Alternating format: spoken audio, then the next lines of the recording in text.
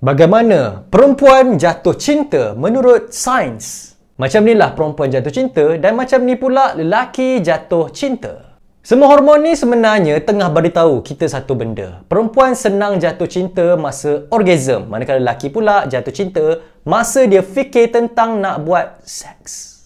Ini semua adalah mekanisme evolusi yang bertujuan untuk buat kedua-dua pasangan setia antara satu sama lain. Tapi kenapa? Sebab bayi manusia dapat banyak manfaat bila dua-dua ibu bapa ada sekali. Jadi semuanya kembali kepada tujuan pembiakan.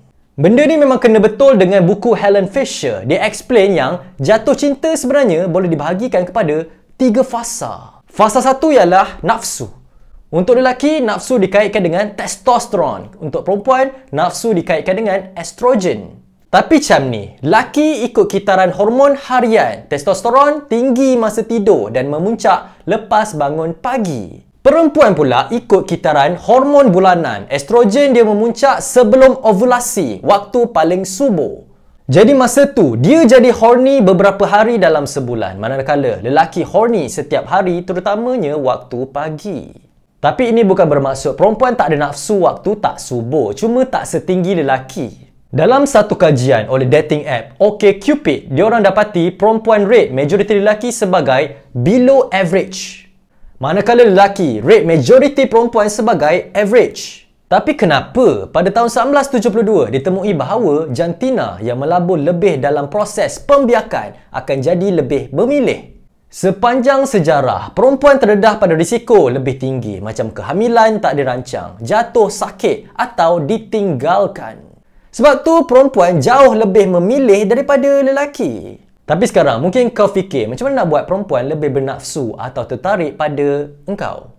Pertama, jaga bawah badan. Kebanyakan deria lain macam pendengaran dan penglihatan kena lalu bahagian diaphragm dulu sebelum sampai ke otak. Tapi deria bau terus masuk pusat emosi otak. Jadi kalau kau nak naikkan nafsu, pakai perfume. Tapi jangan berlebihan. Tujuan, biar bau tu cuma boleh dihidu bila dia dekat. Lebih kurang jarak 18 inci atau kurang. Ini menciptakan satu reward loop. Dia kena dekat dengan kau, baru boleh bau. Jadi dia secara tak sedar nak berada lagi dekat. Nombor 2, jaga muka. Pada tahun 2013, University of New South Wales buat kajian nak tahu panjang janggut paling seksi. Diorang tunjukkan gambar ni pada perempuan. Gambar ni menunjukkan lelaki yang muka licin tak ada bulu. Misai janggut baru tumbuh nipis. Misai janggut baru tumbuh tebal. Misai janggut pendek dan misai janggut yang lebat. Yang paling menarik bagi perempuan, misai janggut tebal. Cukup panjang untuk menunjukkan masculinity. Tapi tak terlalu panjang sampai dikaitkan dengan sifat agresif. Yang paling tak menarik, misai janggut nipis. Tapi hal ni berbeza pula dengan perempuan Asia macam Jepun, Korea dan China yang suka clean shave. Sebab tu kenapa K-drama, J-drama dan C-drama semuanya hero muka licin. Nombor 3, jaga penampilan. Kita semua tahu badan bentuk V, kulit cantik, rambut cantik. Semua buat lelaki lebih menarik. Okey, sekarang ni kita bergerak kepada fasa kedua iaitu tarikan. Fasa ni kurang bergantung pada rupa, lebih banyak pada tindakan. Tengok kajian pada tahun 2022 ni, ia tunjuk love language yang perempuan nak berbeza dengan lelaki. Lelaki suka sentuhan lebih, perempuan pula suka masa yang berkualiti. Tapi love language yang seseorang nak tak semestinya sama dengan love language yang dia bagi. Graf lain tunjuk lelaki cenderung beri sentuhan dan act of service, manakala perempuan cenderung beri love language lain, terutamanya masa bersama. Ini kena pula dengan fakta yang puratanya perempuan fikir tentang pasangan dia 54% dari masa, lelaki hanya 44%. Tapi spend banyak masa dengan dia tak semestinya juga buat hubungan jadi lebih baik. Ini Dr. John Gottman, orang yang boleh predict penceraian dengan 90% accuracy dengan tengok cara pasangan berinteraksi. Dia kata setiap hubungan stabil ada 5 interaksi positif untuk setiap 1 interaksi negatif. Kenapa? Sebab negativity bias. Otak kita ni ingat benda negatif 3 hingga 5 kali ganda lebih kuat daripada benda positif. Jadi macam mana nak bagi interaksi positif? Nombor 1, berkongsi teori realiti. Ditemui pasangan yang ada bahasa rahsia atau inside joke cepat rapat sebab ia create vibe kita lawan dunia. Atas prinsip sama, gunakan gelaran manja yang berdasarkan perangai dia, bukan gelaran umum macam babe. Nombor 2, teori ganjaran baru. MRI dapati otak lebih aktif bila ganjaran tak dapat dijangka. Sebab tu social media adiktif. Kau tak tahu bila dopamin akan keluar. Jadi sekali-sekala buat sesuatu yang unpredictable. Nombor 3, kelakar. Perempuan suka lelaki yang boleh buat dia gelak. Tapi lelaki tak kisah sangat humor perempuan. Kita cuma suka perempuan gelak pada joke kita. Okey, kali ni kita masuk kepada fasa ketiga, iaitu attachment. Bergantung pada cara mak ayah layan masa kecil. Setiap orang boleh dapat salah satu daripada 4 attachment style. Tapi selalunya biologi lebih kuat dari psikologi. Masuklah pursue withdraw cycle. Kalau satu pasangan menjauh atau kurang beri perhatian, pasangan lagi satu akan cuba kejar. Dan bila rasa rimas, pasangan pertama menjauh lagi banyak dan pasangan kedua kejar lagi kuat. Lama-lama yang pertama jadi avoidant, yang kedua jadi anxious. Nampaknya perempuan secara biologi lebih cenderung jadi anxious.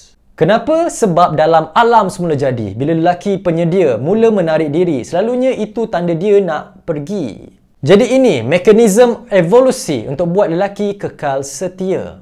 Ini juga kena dengan kajian tahun 2025 yang kata perempuan jatuh cinta lebih kuat dari lelaki.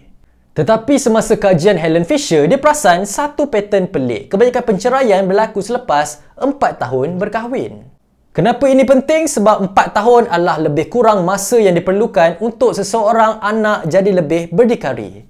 Jadi dia dah tak perlu dua-dua ibu bapa. Perempuan boleh jaga anak seorang pun okey. Dan sebenarnya ada fasa keempat, iaitu perpecahan. Tapi macam kita tahu, evolusi boleh dihack dengan sains yang betul. Kajian menunjukkan lebih daripada 10 perkahwinan yang happy, 5 daripadanya tetap bercerai juga. Tapi kenapa? Balik tahun 1980, Carol Rosberg bagi jawapan. Untuk hubungan yang happy dan tahan lama, kau kena nombor 1, tingkatkan kepuasan. Nombor 2, tingkatkan pelaburan. Ketiga, kurangkan quality alternatif. Tanpa ketiga-tiga benda ni, hubungan happy tu susah nak wujud. Okey, apa kata kita huraikan? Nombor 1, kepuasan. Ini mungkin bunyi pelik, tapi cuba kau fikir. Kalau kau bagi markah 0 hingga 100 untuk kepuasan dalam hubungan sekarang atau yang dah lepas, berapa kau boleh bagi? Dengar macam bodoh, tapi sebenarnya boleh tunjuk sama ada hubungan tu boleh diselamatkan ataupun dah tak boleh. Tengok graf ni, tak kisah pasangan tu dah 10, 20 atau 30 tahun bersama. Kalau tahap kepuasan jatuh bawah, 65% akhirnya tetap akan pecah. So soalan seterusnya, hubungan kau boleh diselamatkan ataupun tidak? Dalam kajian sama, pasangan yang mula-mula dah rendah tahap kepuasan akhirnya akan bercerai. Maksudnya, kau kena tengok macam mana hubungan tu mula-mula. Kalau dari awal dah penat, maybe better keluar je. Tapi, ini bukan jawapan yang ramai nak dengar. Macam mana nak selamatkan hubungan? Rosberg kata, benda simple je. Tingkatkan ganjaran, kurangkan kos. Kos tu adalah benda yang slowly drain hubungan macam jarak jauh, konflik dan stres. Ganjaran pula benda yang buat cinta hidup macam kehadiran, connection, pujian, perhatian. Kalau kos naik cepat dari ganjaran, kepuasan jatuh. Langkah pertama, kurangkan kos. Kajian menunjukkan pasangan yang tidur pada masa yang sama rasa lebih dekat walaupun jauh. Kemudian yang selalu orang lupa, benda kecil yang buat hubungan tahan lama dan rasa dekat walaupun jauh. Contoh, kau nampak dia rambut lawa hari tu. Teks cepat, rambut you cantik hari ni. Benda ni simple je, tapi buat dia rasa dihargai dan disayangi. Ataupun teks sesuatu yang kelakar, hantar meme, gif atau gurauan pendek. Bila kau boleh buat dia senyum dan gelak, otak dia akan rilis dopamin. Hubungan jadi seronok. Langkah kedua, tingkatkan ganjaran. Ganjaran ni sebenarnya apa yang kita panggil love language. Tapi kau kena tahu, reward mana yang paling penting untuk dia. Cara paling senang, tanya terus kat dia. Apa yang buat you rasa paling disayangi? Kalau dia tak tahu pasal love language, orang biasanya bagi cinta ikut cara yang dia nak rasa sendiri. Contoh, kalau dia suka bagi kata-kata pujian, kemungkinan dia juga nak dapatkan kata-kata pujian. Tapi jangan bagi semua sekaligus. Benda yang jarang diterima akan jadi lebih power dan bermakna. Ingat, kepuasan je tak garanti dia akan stay dengan kau selamanya. Kemudian, quality alternatif. Perempuan secara subconscious akan uji kau sikit-sikit. Test perempuan ni boleh datang dari pelbagai bentuk. Contohnya, datang lambat, suruh kau pegang pers dia, cakap benda sindiran macam you dah main gym setahun tapi lengan lelaki tu lagi besar dari you.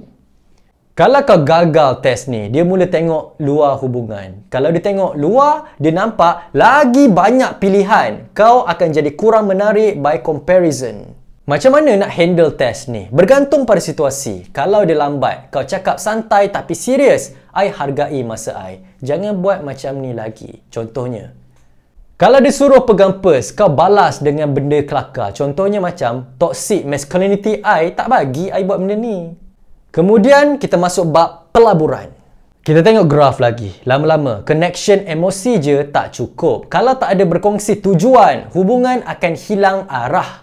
Berkongsi tujuan ni ada beberapa cara. Contohnya, travel sama-sama, bina bisnes sama-sama atau bina keluarga sama-sama. Semua ni tingkatkan pelaburan dalam hubungan. Benda lain, pengorbanan. Korbankan sesuatu untuk pasangan atau hubungan. Contohnya, kau sebenarnya malas nak keluar jalan-jalan tapi kau ikut girlfriend sebab dia suka aktiviti tu. Hasilnya, dia rasa kau hargai masa dia. Kau pun rasa lebih rapat dengan dia. Kemudian, kongsi circle. Blend kawan dan family. Rasa lebih secure dan stabil. Selain itu juga, ritual. Benda simple macam share kopi setiap pagi.